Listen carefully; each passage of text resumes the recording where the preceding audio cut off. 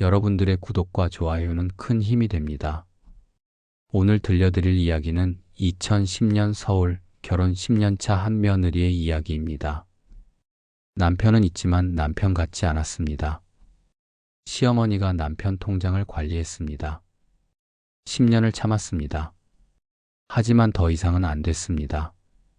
지금부터 시작합니다. 2010년 봄, 서울 강서구 30평대 아파트에 김미영이 살고 있었습니다.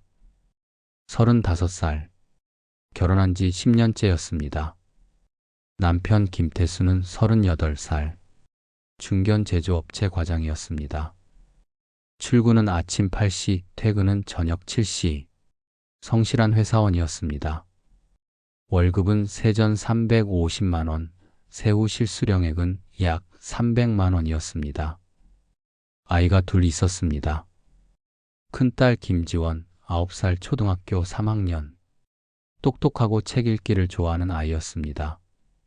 작은 아들 김민준, 7살 초등학교 1학년. 활발하고 운동을 좋아하는 아이였습니다. 두 아이 모두 건강하고 밝았습니다. 겉으로 보기엔 평범한 중산층 가정이었습니다. 아파트도 있고 남편 월급도 괜찮고 아이들도 건강하고 남들이 보기엔 행복한 가정이었습니다. 하지만 이 집에는 큰 문제가 있었습니다. 심각한 문제였습니다. 남편의 월급 통장을 시어머니가 관리했습니다. 아니, 관리라기보다는 통제했습니다. 완전히. 매달 25일 월급날이 되면 남편 계좌로 300만 원이 입금됐습니다. 그러면 그날 저녁 어김없이 시어머니 박순자에게서 전화가 왔습니다. 태수야, 오늘 월급 들어왔지? 네, 엄마. 들어왔어요. 내일 통장이랑 카드 가져와. 엄마가 관리해 줄게. 네, 엄마. 알겠습니다. 다음 날 토요일 태수는 시댁에 갔습니다. 통장과 체크카드를 들고 시댁은 같은 구에 있었습니다. 차로 20분 거리. 시어머니는 통장을 받아들고 근처 ATM에 갔습니다.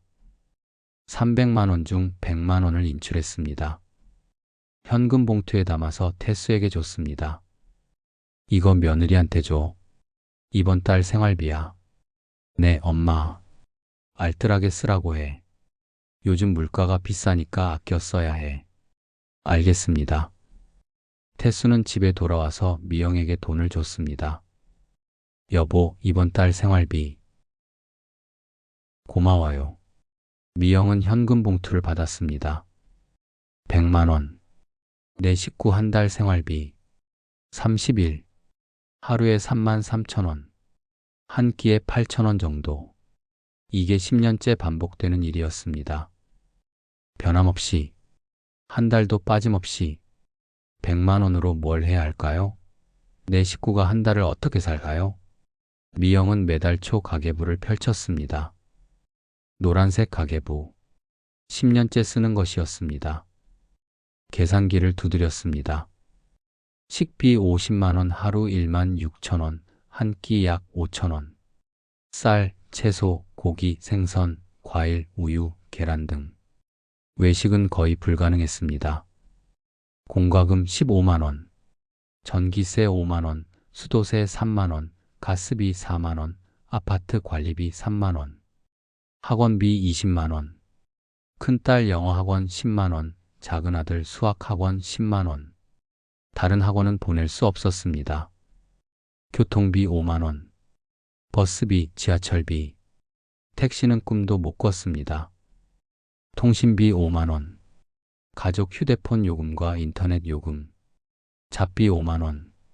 화장지, 세제, 칫솔 등 생필품과 아이들 학용품. 합계 100만 원. 딱 맞았습니다. 1원도 남지 않았습니다. 여유가 전혀 없었습니다. 여기에 포함되지 않은 것들이 있었습니다. 옷. 미영은 10년 동안 새 옷을 거의 사지 못했습니다. 입던 옷을 계속 입었습니다. 코트는 결혼 전에 산 것. 12년 됐습니다. 청바지는 5년 전 것. 무릎이 조금 해졌습니다.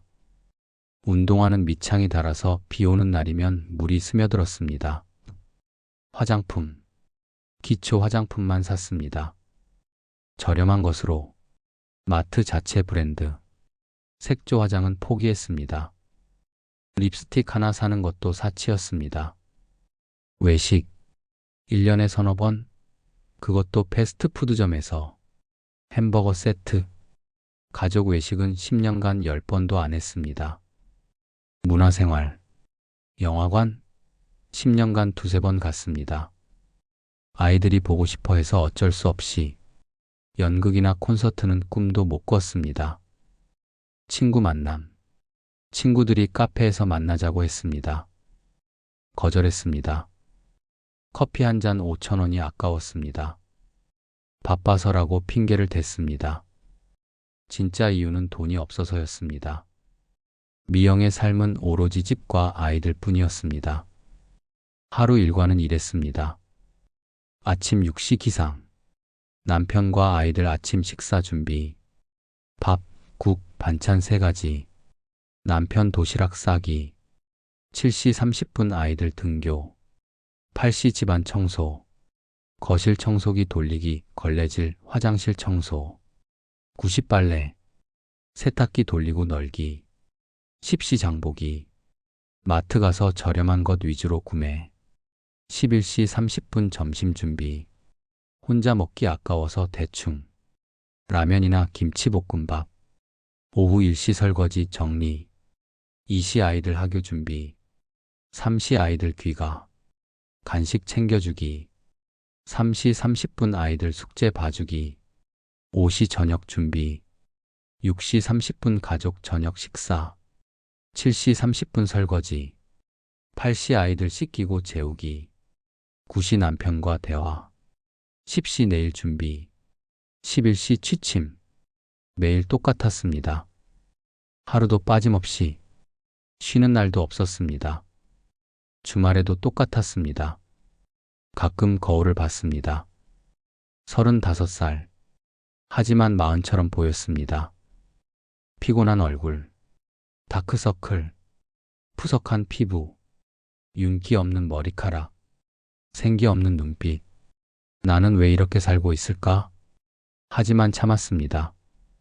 가정을 위해서, 아이들을 위해서 남편에게 말했습니다. 어느 날 저녁, 여보, 생활비가 부족해요. 응?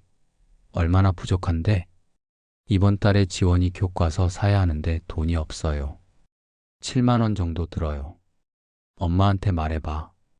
제가요? 당신이 말해야 하는 거 아니에요? 엄마한테는 내가 말하는 게 편해. 왜요? 당신 엄마잖아요.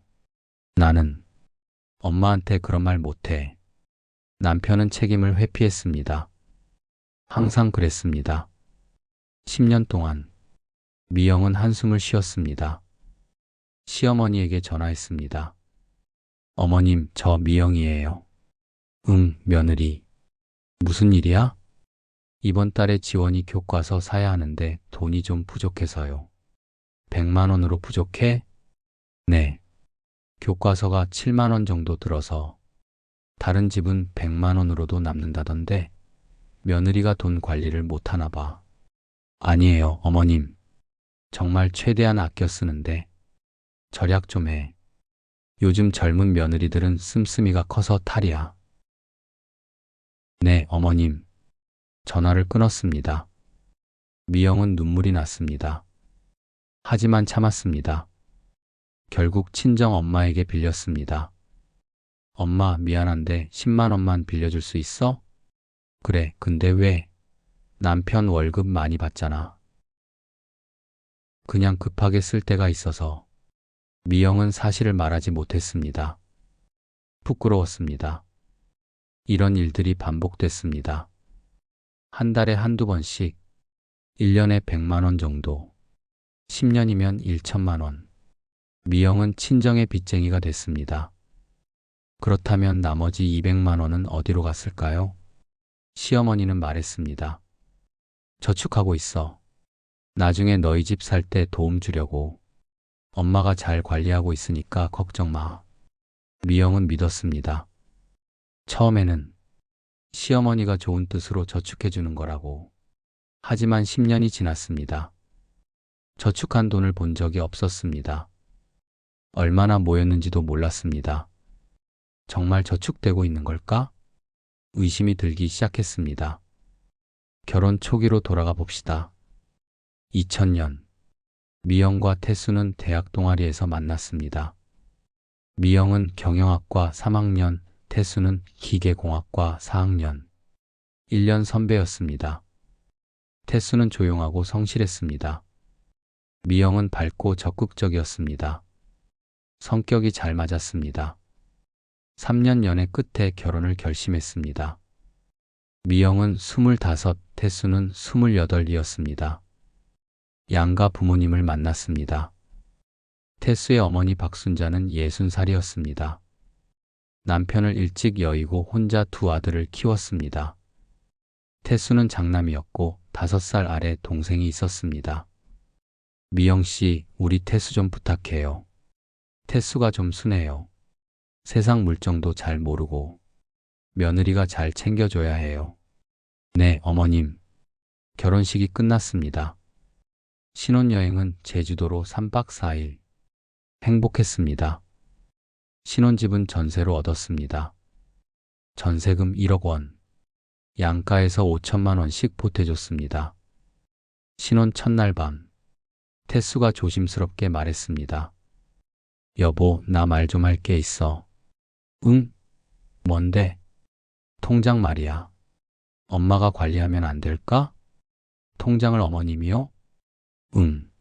엄마가 돈 관리를 되게 잘해. 나는 그쪽으로 젬병이거든. 저축도 잘하시고 나중에 집 살 때 큰 도움이 될 거야.